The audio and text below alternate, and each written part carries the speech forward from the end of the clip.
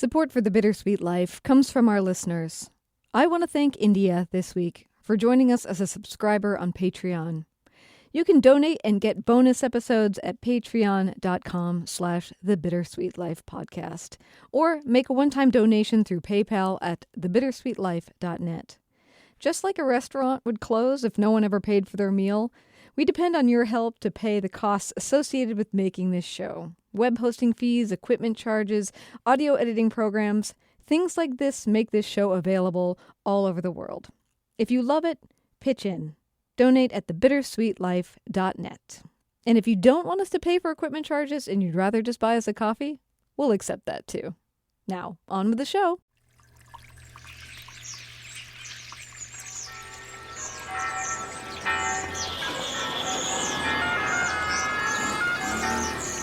Welcome to Rome. This is The Bittersweet Life with Katie Sewell and Tiffany Parks. Hello, this is The Bittersweet Life. I'm Katie Sewell. I'm Tiffany Parks. And today, many of us in the world can see the end of the pandemic in sight. Or if not the end, at least a little bit of a return to normalcy. With the light at the end of the tunnel. Yes. I know that already some places of business have ordered their employees to come back. I know that here in Seattle, at least, many of the tech companies have already announced what they will be doing this fall. And they're the biggest companies, so what they do affects everything, traffic and, blah, blah, blah. Yeah. But I think it has a lot of people asking the question of, with things going, quote unquote, back to normal, what is back to normal going to actually look like? And maybe back to normal isn't what we want anymore. Yeah, or not all aspects of it, for sure. Right. Yeah, I was thinking the same thing, actually, in my own life. And I put a post up on my Instagram page saying, what is something that you stopped doing since, we've been in the pandemic. And I don't mean like I stopped going to the office or I stopped going to raves or going to the cinema or what have you. Right. But, little things, sort of personal decisions that you finally could sort of stop doing. And of these things, what do you not want to go back to doing? What did you stop doing and you'd like to not have to start doing it again? And I got a really big response. Yeah, you shared some of them with me. I'm looking forward to hearing the rest. I mean, it is true that some of these things, at least in the ones that you said, which we'll share, of course, are really kind of just personal, often like, how do you present yourself to the world changes. Yeah. And it will be interesting to see how much those actually hold once we're all required to be back in the world a little bit more. But why don't we give some examples of what people said? And then you can weigh in with some of your own personal ones. Sure. You go ahead and start. You pick one of the ones that I sent you, because I sent Katie about half of the answers. So she'll read some and I'll read some. All right. I'm not going to say who wrote it. I'm just going to give them as a list. All right. So the first page you sent me, one says, I have stopped shaving my legs. Another, the sign of peace at Mass. Interacting with people is stressful. Now, I will quickly say that I believe the sign of peace is what, shaking hands with the people around you? Is that right? Yeah, some churches, they actually hug, but in Italy, it's usually shaking hands. If you know the person, you might do the cheek kisses. But in the States, I always remember growing up, we were hugging. Yeah. Well, see, and it's interesting because I'm kind of, even before this pandemic, a bit of a germaphobe, which doesn't mean I don't like to hug or shake hands with people. I do.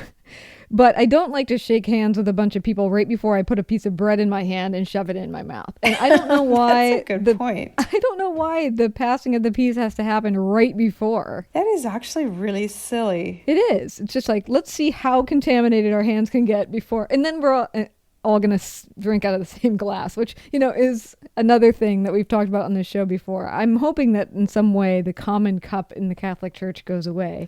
I've never seen the cup in an Italian Catholic church. I've never seen it. Only the priests and maybe the altar boys. But usually, more than 9 times out of 10, it's just the wafer. The wine is only for the priests. In Italy, and I don't know if this is the case for all Catholic churches because, I've only been a Catholic since I've lived in Italy. So I didn't grow up Catholic. But here, you can take the wafer in your hand, but it's much more common for the priest to place it on your tongue. Which is also gross. Well, that might seem worse, but it's just one person's hand. Yeah, but like how many tongues could accidentally knock into his hand? That's true, but but they're very good at it. They don't touch your tongue. They really don't. They do it so often that they know they just set it there and they don't actually touch your tongue. So I honestly think that is, and I've heard other Catholic people say that is actually safer than you taking it yourself after you shook hands with the 30 people around you. Well, it's interesting because I am also not Catholic. I was raised in the Presbyterian church, but I did go to a Catholic church when I lived in Rome, English-speaking Catholic church, and they did share the cup there. Really? So maybe it's like a foreign culture thing. Maybe it's an Anglo-Saxon thing. I actually saw it in a very, very traditional Episcopalian church in the United States, the passing of the cup, and I was horrified. Yeah. I was horrified because I grew up, similar to you, Presbyterian / non-denominational WASPy churches, and I didn't see any sharing of the cup in those places. We got the little tiny plastic cups, which I loved. I was obsessed with those. And we got grape juice. It wasn't wine. Yes. It was delicious, yummy, yummy grape juice. Yeah, that's the only time I've ever drank grape juice was in those little cups. And it's funny, Tiffany, that you mentioned that. And then I'm going to go back to this list because now we're getting like super insidey if you weren't raised in a Protestant church. But I got into a conversation the other day with a friend about sounds that are disappearing. Interesting. From our lives because, I'm very sound oriented. Yes, I know. And the sound of what it sounds like to have 100-something people all drink out of those little tiny cups and then put it in the back of the pew around the same time is a sound that I used to just love, and you never hear it anymore because those little cups, I believe, have just gone out of favor. Like, I don't know places that are, I'm not living across the entire country.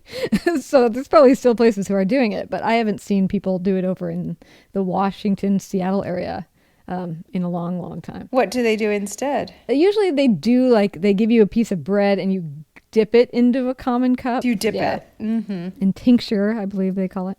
All right, back to the topic at hand. List. Back to the topic at hand. Back to the list. Sitting in traffic is a good one. Well, that I think almost everybody can relate to. Yes, it's been very nice not to be stuck in traffic. And as it comes back, as people move around more, once again, you're like, what is this? Yeah, but there's one thing to be stuck in traffic because you were going somewhere, like a one-off thing, I have to go to a meeting across town or I'm going to go see a friend. But to have to sit in traffic every morning and every afternoon, just as a rule, that's just part of your life. Mm-hmm. I don't think people should live like that. I don't think that's the way we're meant to spend so much of our lives. I totally agree. Wearing makeup. Mm-hmm. The mask kept rubbing my face and smearing it. Yep. True that. I started sleeping enough. It's a new world is another one. I stopped wearing makeup and I stopped wearing a bra. Wearing jeans to work from home and putting on makeup again. Putting on makeup is a big one here. Should I continue on or should... I'll read a few. Okay, that's my first page. I have, again, these are things we stopped doing.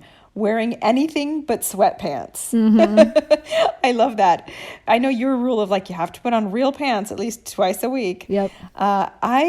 Because I live in Italy, I do not wear sweatpants out unless I'm actually working out. Mm-hmm. So even if I'm going to my son's school to pick him up and that is all I'm doing, I take off my sweatpants and I put on my jeans and I go pick him up and I come home and I change back into my sweatpants because I just can't do the yoga mom picking her kids. I drop him off in my workout clothes sometimes because I'm about to do my workout. I'm wearing hard pants as we speak, and I'm not going anywhere today. Wow, I'm impressed. I know, I'm actually regretting it as we're talking about it. Here's probably my favorite. Okay. Setting an alarm clock. Oh yeah. I don't do that either anymore. No alarm clock. I think that getting to the point in your life where either you don't need an alarm clock because you automatically wake up at the time you need to get up, I mean, I think that's the ideal. Yes, there's also the possibility of not setting an alarm clock just because you don't have anything specific to do or you don't have any time that you have to do it. But I really like that, the first reason, that to get to the point where you just wake up naturally and never have to set an alarm clock, to me, that's like freedom. Well, I mean, the other thing is that because we've been working from home and, nobody's been going anywhere. I mean, I know this with Derek because he almost always has a meeting first thing at 9 o'clock in the morning. But like first thing at 9 o'clock in the morning, 9 is so luxurious. It is when you don't luxurious. have to go anywhere. He Yeah. just by 8:30 he maybe is going in to start a shower, but he's already sat around on the couch and drank coffee for an hour. It's amazing the amount of time that you save when you don't have to commute. And also like when you don't have to like do the small talk and walk in and say hi to this person and say hi to that person, you save so much time. But yeah, I mean, Aurelio has to be at school at a certain time. But, there's a bit of a window there. So I can drop him off between 8 and 8:30. Whereas before, when I was going into work, if he wasn't at school by 8:05, I would not be on time for work at 9, which tells you how long I had to sit in traffic every day. Yes. It was much stricter. So now I just have a cushion. If I wake up 10 minutes too late, it's okay. It's not the end of the world. Yeah, it's so true. What else do we have here? I didn't stop doing anything. I live in Wyoming. Well, I don't really get this one. it's because certain states didn't change their behavior. Ah, that's what it means. Okay, I thought it meant like because he lives in Wyoming, or she, I can't tell as the picture's too small. It meant that, life is the same, because I guess, I don't know, I was working for home anyway. I don't know. They're just super chill in Wyoming. That's yeah, I don't know. I didn't get that, but now it makes total sense. That's just my guess of what that means. Yeah, I think you're right. So here's an interesting one. Relying on my dad for navigating finances. My fiance helped me gain the control I struggled for. Oh, interesting. So yeah, I mean, I wonder why the pandemic changed that particular thing. I could say something anecdotally. Okay. One of the first things I did when I was fully vaccinated was go get my hair cut for the first time in however many months, 18 months or something. And I was talking to the woman that cuts my hair, who I've been seeing for years. She's actually from Sweden, expat living over here.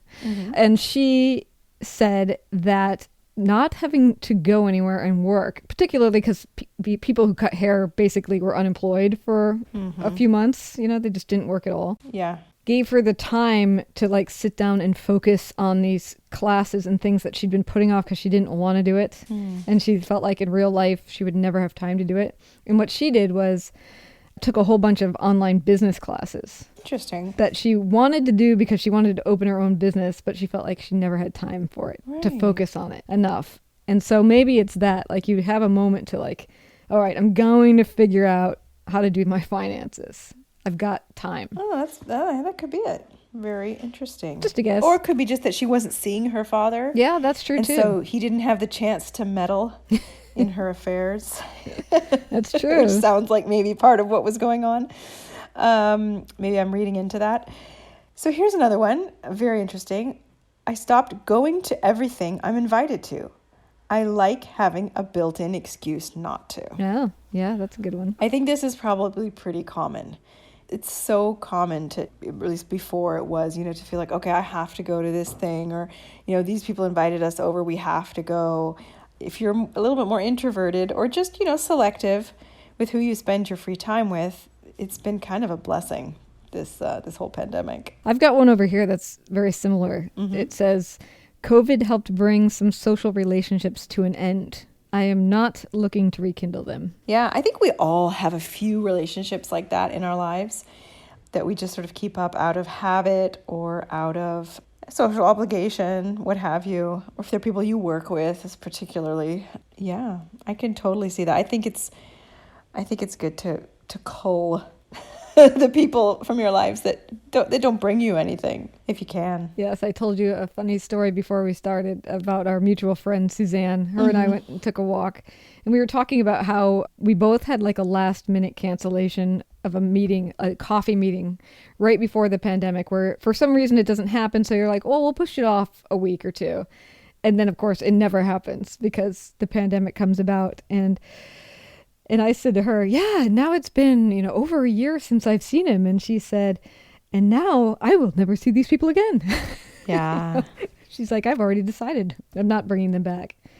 It is interesting. Nobody springs to my mind that I'm like, I definitely don't want to see that person anymore. I don't really have anybody that's like that. Oh, I do. Well, you have work. It's my old work colleagues. I hope they're not listening. Not all of them. A couple of them. I would be thrilled not to have to see again. Sorry.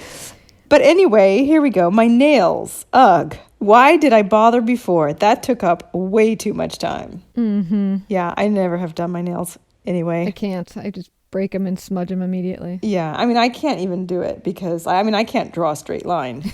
I can't. Like, my hand is just, I can write. I cannot draw anything. So I can't put on nail polish. Like, it gets all over my fingers. It looks like a 2-year-old did it. So I don't even bother with that.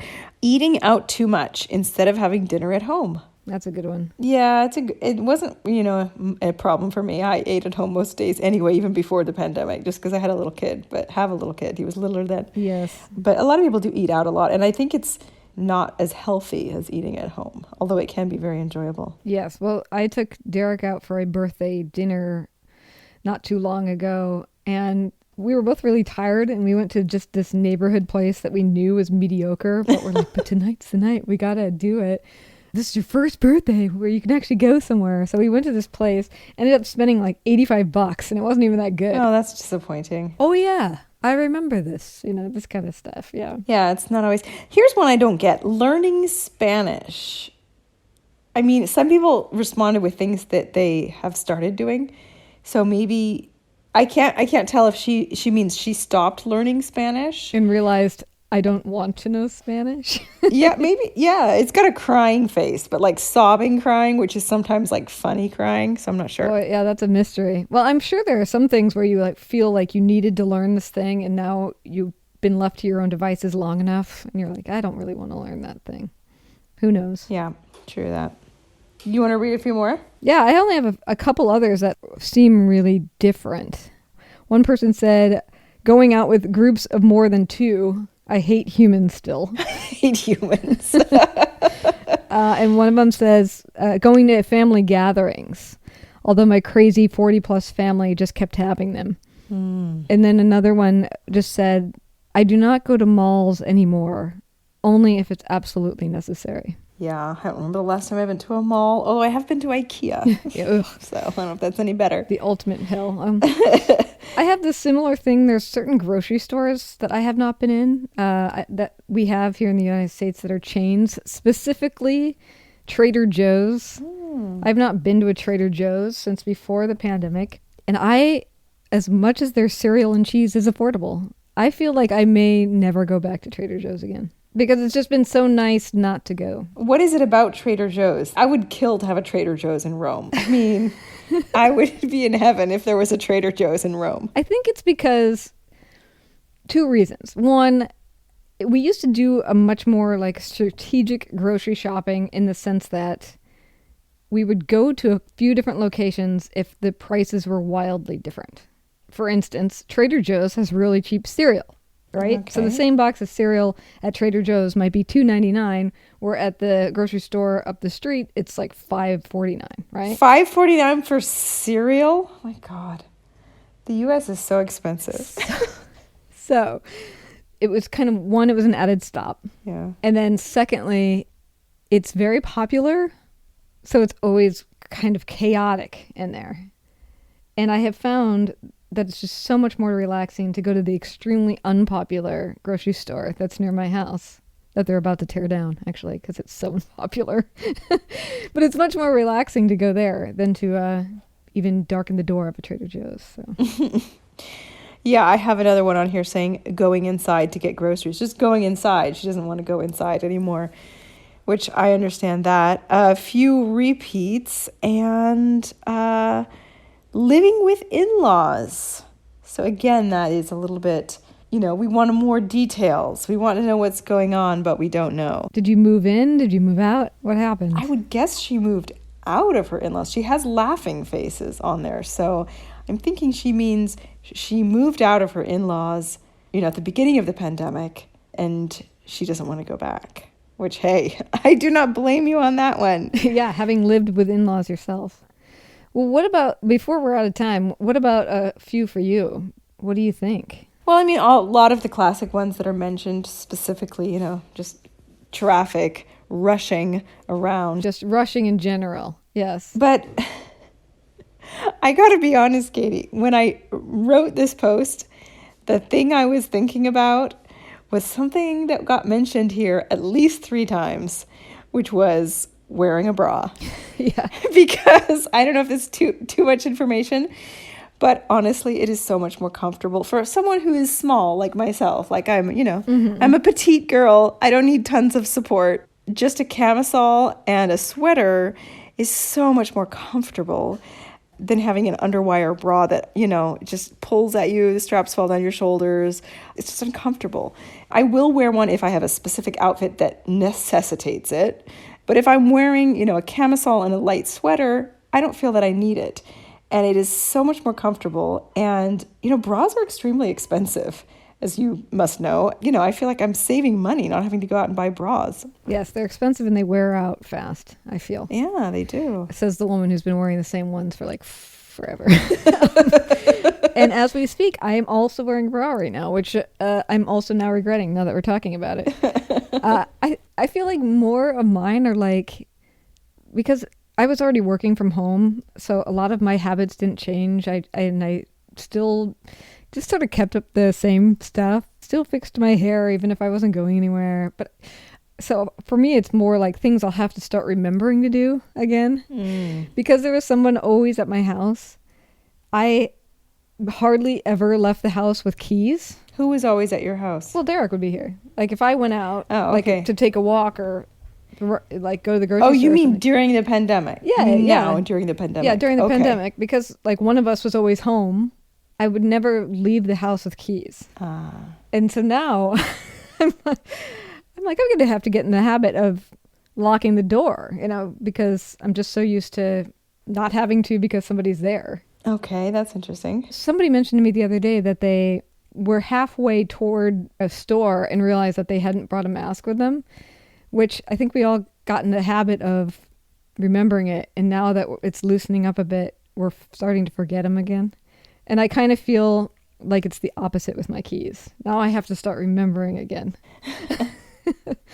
I don't know how much is going to, when you thought about doing this topic, I not much really came to mind for me. Like I just didn't change enough. Yeah, I guess you're right. I mean, you didn't change your sort of daily work habits much, but I mean, I'm sure you changed your social habits quite a bit. Well, certainly. Maybe you do miss eating out. Maybe you would, like to go back to eating out. Mm-hmm. The other thing I thought was that I think will really stay is the Zoom meeting. God. Like just this morning I work for the local public radio station, and just this morning I had to talk to my boss for, like I had 2 things I had to talk to him about. And it's so much nicer to jump online with each other for 20 minutes and then still be at home than for me to have to drive to an office, sit down with him for 20 minutes, talk, and then drive home again. That's definitely true. So I do think that those kind of pop-in meetings are going to stay. Yeah, I also think you save time, not just the commuting time, but the actual meeting time.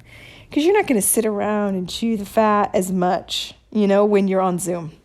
You got your computer there, you probably got other things lined up, people pinging you. Whereas when you have an in-person meeting, those things go on forever. They do not need to be so long. I can see why that would be a very smart thing for companies to do. Well, I'm just crossing my fingers that if and when my company opens up again, which, is still anybody's guess. Yeah. When I say open up, I mean officially open up 100% because I still do work on a very, very part-time basis for them. Remind everyone what you do. I write for an English language magazine in Rome that is geared towards tourists who are in the city. I really think that it's a type of job that could very easily be done from home. I mean, 100% of the time, really. With the exception of checking proofs, which you could do in 1 day a month, check the proofs. I really don't see why we would need to go back into the office. But we're talking about Italians. So, they don't like to stay up with the times. They like to do things in the old-fashioned way. So, even though we've had more than a year now of working remotely, even in a much smaller capacity, I truly don't know if they will get on board with continuing that or if they'll be excited to get back into the office. I hope the former, but I don't know. Yeah. So here's hoping that you don't have to go back, so you don't have to sit in traffic. Well, I don't think I'm going to go back. If they force me to go back, I think I'm going to sayonara. Ooh. No, I can't. I can't go back to that lifestyle. I say I can't. If I was in a desperate situation, obviously, I would do what I had to do, Mm-hmm. But I have gotten so used to the not commuting, the not wearing a bra. I mean, it's not for that reason, but particularly not commuting, not sitting in a dim, dusty office, at a computer constantly. I'm so used to now having more freedom with my time. And if I have to work, I will work. I have no problem with the actual work. Mm-hmm. It's, getting to do it on your own terms and in your own space is incomparably better for me. And I just don't think I can go back to that. So I will hardcore negotiate for that if it comes to that. So we'll see. Yeah. So this could be the big question. Tiffany changes her keeps this lifestyle entirely by moving on. Yeah, that'll be interesting. Well, support us on Patreon. Yeah, for goodness sake, please. Whereas I'm interested in new opportunities and in accidental collaboration. So I've been wondering the opposite. Is it time to start getting outside of the house more? I don't know. I have no problem getting outside of the house. I just don't want to be stuck in the same office with the same 4 people. Right. Every single day of my life. Having visited the office that you work in, I do not blame you. It was a kind of a hot, tiny, dusty, dingy place in an old building, and I totally get it. Yeah. I mean, it did have a beautiful view out the window of St. Paul's Basilica, and it's not hot anymore because now we have very good air conditioning. We insisted. Oh, that's good. But still, the printer hums, and like you said, it's a little bit dusty, it's a little bit dingy, it's a little bit old, and, it's just, I'd rather be in my own house. I understand. All right, everyone. Well, if you come up with anything else that you're leaving behind, feel free to send us an email and let us know what you're thinking about changing, keeping, leaving behind. bittersweetlifepodcast@gmail.com. You can also reach us through social media. Yep, we're on Facebook, Instagram, and Twitter. Just search for the Bittersweet Life Podcast and you will find us. And if you did want to support the show, so we can put contingency plans in place. Yeah. We are on Patreon. Just go to patreon.com/the Bittersweet Life Podcast. It's mainly a way to offset the costs of producing this show, because producing a bi-weekly podcast now, it does have its expenses. So if you love this show, if you get something from it every week, consider supporting us on Patreon, because really you are making it possible for this show to go on by contributing to production costs. Exactly. And if you're kind of more comfortable with PayPal, that's an option too. Just visit thebittersweetlife.net.